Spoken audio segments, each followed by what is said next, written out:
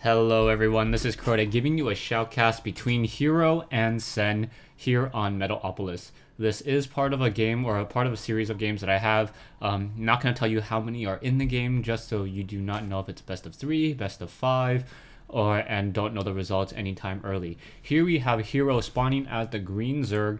Meanwhile, we have Sen spawning as the yellow Protoss at the 6 o'clock position.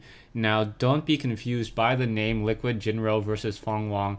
The website tells me that it is Hero versus Sen. So one of the reasons why I even bothered to make this little template over here, it does allow me to see who's playing when players do borrow each other's accounts, especially now that you cannot do cross-realm play unless you have an additional CD key. So Jinro pretty much doing a, I'm sorry, oh my gosh, after all that. Anyway, Sen now doing a pretty standard build, should be getting a very, very strong economy up and coming. The probe will be able to come up the ramp in just a second, see that there is no creep, and then move along its merry way. Hero, on the other hand, still needs to figure out where exactly Sen has spawned in order to figure out if he wants to try to go for a low ground hatchery or an early respawning pool. Because of the spawning locations and because of this is Metalopolis, it would make sense to go for a low ground hatchery, as this probe is a little bit delayed. So most likely Hero does know that his opponent did spawn cross map and this hatchery will come down in just a moment. There's that probe just wandering around pretty freely on the inside of that base, will not be able to intercept this hatchery as the hatchery does go down. So this is going to be a pretty free run coming in from Hero, setting up this low ground hatchery, as that hatchery is a little bit cheaper than the rest, than say a Nexus in this game is. Also, the hatchery does allow you to produce army units as well, so that's one of the reasons why Zerg players often try to go for an early ground expansion. And in comes the probe trying to battle back and forth, getting some damage onto that one drone. Very smart of Hero to pull away with that drone, make it so that that probe doesn't have easy access to that lower hit point drone.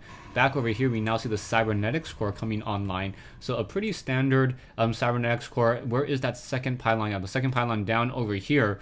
So he may try to hide some tech over on this side of the map, and perhaps a Twilight Council or some other tech building as well, and then being able to push. I can't imagine a robotics facility or a Stargate coming down here unless he goes for Phoenixes. Phoenixes do have a faster movement speed, so it does make sense that you can hide a Stargate down over here. We'll see what happens now that this one Cybernetics core is already up and running, continuing the Chrono Boost, trying to get that Cybernetics core out much more quickly, as one hatchery is now down over here and will be training up more queens. Pretty standard build so far. We'll see what else is going to be happening. Sen just setting up some additional pylons. Both players just pretty happy staying in their base. Zergling's now trying to chase down this one probe over here, but not much to really talk about beyond this.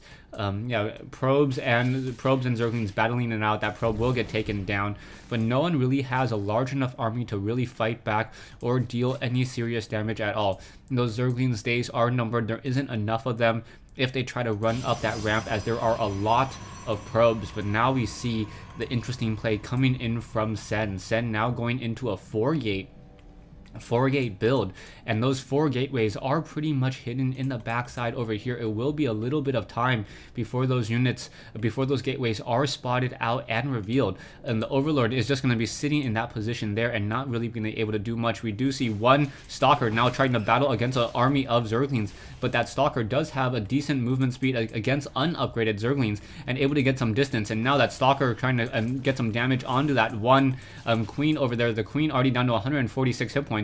Needs to be very careful to try to fight off of the creep the entire battle, as those Stalkers now trying to get more damage perhaps onto some of those Stalkers. We are going to see some Stalker micro coming in as a second Stalker joins in on this fight. So Sen trying to use these 2 Stalkers to try to get as much damage as possible. We'll quickly see that there is an Overlord here, and now Hero will most likely lose this Overlord on the high ground. He cannot afford to lose this Overlord. Overlord now supply lock. So once again, those Lings may get that metabolic boost up just in time, and that's going to be a problem. But there are some Stalkers here now. So Stalkers, an army of Stalkers warped in as well off of that proxy pylon. Nicely done by Sen.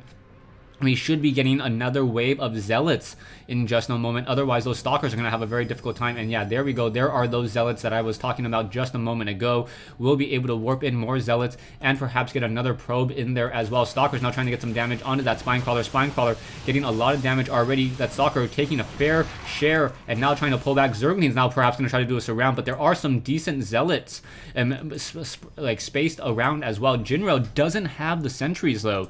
This is very, very rare that a Protoss player has so many Zealots and Stalkers and doesn't have that many sentries, especially against mass Zerglings. Those sentries would be very, very critical, as well as those sentries would prevent any of those Stalkers from getting surrounded. Zealots now trying to fight back against a larger number of Zerglings, and drones also coming off the mineral line as well. More units also being warped in as well, and more Zerglings coming around, and now it looks like this attack may get thwarted, but a lot of the drones of Hero were taken down in this battle as well.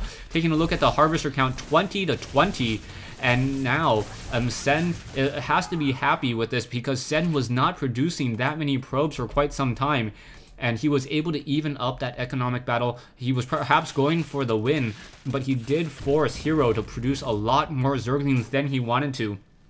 And now, taking a look at the Harvester count, 21 against 20. Sentries now joining in on that army fight. One Zealot with a couple sentries should be able to hold off a very, very large number of Zerglings as they try to barrel through that ramp. No way to get down those destructible rocks. More Zerglings now coming in from this side as well. We do see finally Jinro trying to, or sorry, Sen now trying to get more and more probes up and running.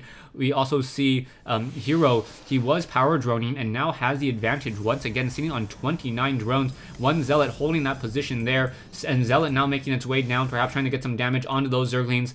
And now with the army of Zealots and sentries, they will be able to get a fair amount of damage. Are we going to get a force field? Oh, there's that one force field there, preventing those Zerglings from being able to push their way up that ramp. A probe should be trying to set up a proxy or a nexus down here in just a moment, making it more difficult for those Zerglings to do any serious surrounding. More Zealots and sentries still being warped in, but this is really slowing down Sen's nexus. He is unable to get a nexus, and now I believe the advantage is starting to, or now tipping directly in the favor of Hero, as Hero is able to just power drone more and more units. And now you can see with this ball of sentries and Zealots, the problem that Hero will be able to deal, as he is now going for Banelings. It is going to be absolutely critical what Sen can do with those sentries and trying to get those force field down. We can see a lot of Zerglings up on that high ramp as well. Those Zerglings once again going to try to test it, see that there is a nexus down over here, perhaps try to do a little bit of poking, and now move back up onto that high ground, and there are those Banelings.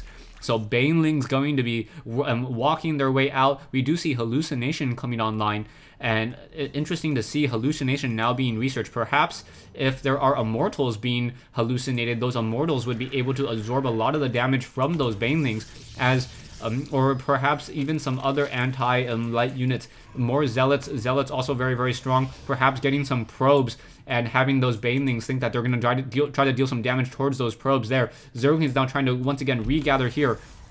Army-wise, Hero having a very, very, very large army of units. Zerglings now trying to push through. Banelings now coming in as well, and the Banelings may be able to get some, oh, nice force field there, preventing any of those Banelings, but Banelings now coming down and taking down that one pylon, but a force field replacing it, and really, really well done by Sen. Doing what I said he needed to do, using those force fields very effectively to minimize the amount of damage that those Banelings are dealing, and is now still in this game. One Phoenix now in the air, able to gain sight on all of those units there, and is going to be very, very critical. We now see a forge being built here, and Banelings now coming in from that far side, perhaps going to go after some of those probes instead. Those probes now pulling back. No force field. There's that force field. Oh, but multiple probes were still taken down. So, wow. A couple probes were still taken down. Many of those sentries also took a fair amount of damage as well. And now my BattleNet connection has been lost. Oh well, oh no. Back over here, a forge is now still being warped into play. Banelings want to once again put a little bit more pressure here, and now we see another hatchery or two hatcheries being placed down as those Banelings trying to walk in, unable to get through once again, as those Banelings are dealing so much damage and able to take down that pylon. Those Zerglings are going to be able to run through, and now there's that force field trapping many of those Zerglings on the inside. That probe wants to be able to warp in a building there, but unable to, as his own force field is currently in the way. Where is that pylon? There's that pylon once again. Sen is still in trouble though.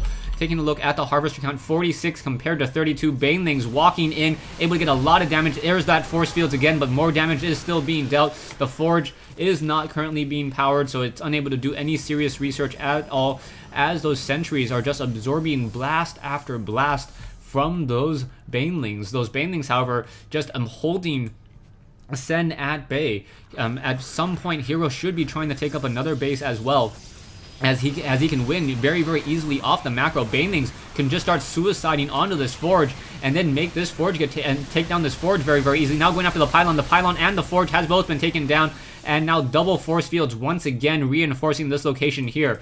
So still Sen is just hanging on just ever so barely in this battle, back and forth, as more and more force fields are now being placed down. Banelings coming in will be able to get some more damage onto more of those probes once again, and now harvester count 34 compared to 65. Yeah, just not looking good whatsoever, but it looks as though the Zergling Baneling harassment has been nullified, and now Sen has the larger army, the significantly larger army, but production-wise, we should be seeing a lot of Zerglings now being trained. Yeah, a lot of Zerglings being trained off of double hatcheries at the high ground expansion. More hatcheries being placed down here, and now teching the tier 2 finally. So we are now moving into tier 2. Roach Warren, Roaches do not have the movement speed upgrade just quite yet, and now Sen ready to make a move. Sen looking to deal some damage of his own, and it looks like with that, once that pylon does go up, he does have the sentries in order to fight back against this attack here. There are banelings up on that high ground, and he will be trying to fight on creep. That is going to be a problem. He does know that there is the expansion over here, and now how much damage will be dealt? Banelings already coming in. This is going to be a problem, and down goes so many of those sentries. The critical sentries already shot or already destroyed and blown up. Zerglings now coming in once again. Force fields need to be laid down, but there are not enough. No force fields were laid down early, and wow, Sen had beautiful force fields throughout this match, but now mistiming that attack there, waiting on that low ground, and then Sen says GG. So yeah, really well played by Hero. Hero buying his time, able to use a lot of banelings, putting a lot of pressure on Sen's expansion throughout the match, and then catching Sen just off guard at just the right moment, making it so that all of those sentries were unable to drop any force fields, and without those force fields, those stalkers simply got outflanked and taken down very, very easily. A much smaller army was able to destroy a much larger army at that stage. Thanks for watching. Thanks for listening. I hope you guys enjoyed this 1v1 replay between Hero and Sen here on Metalopolis.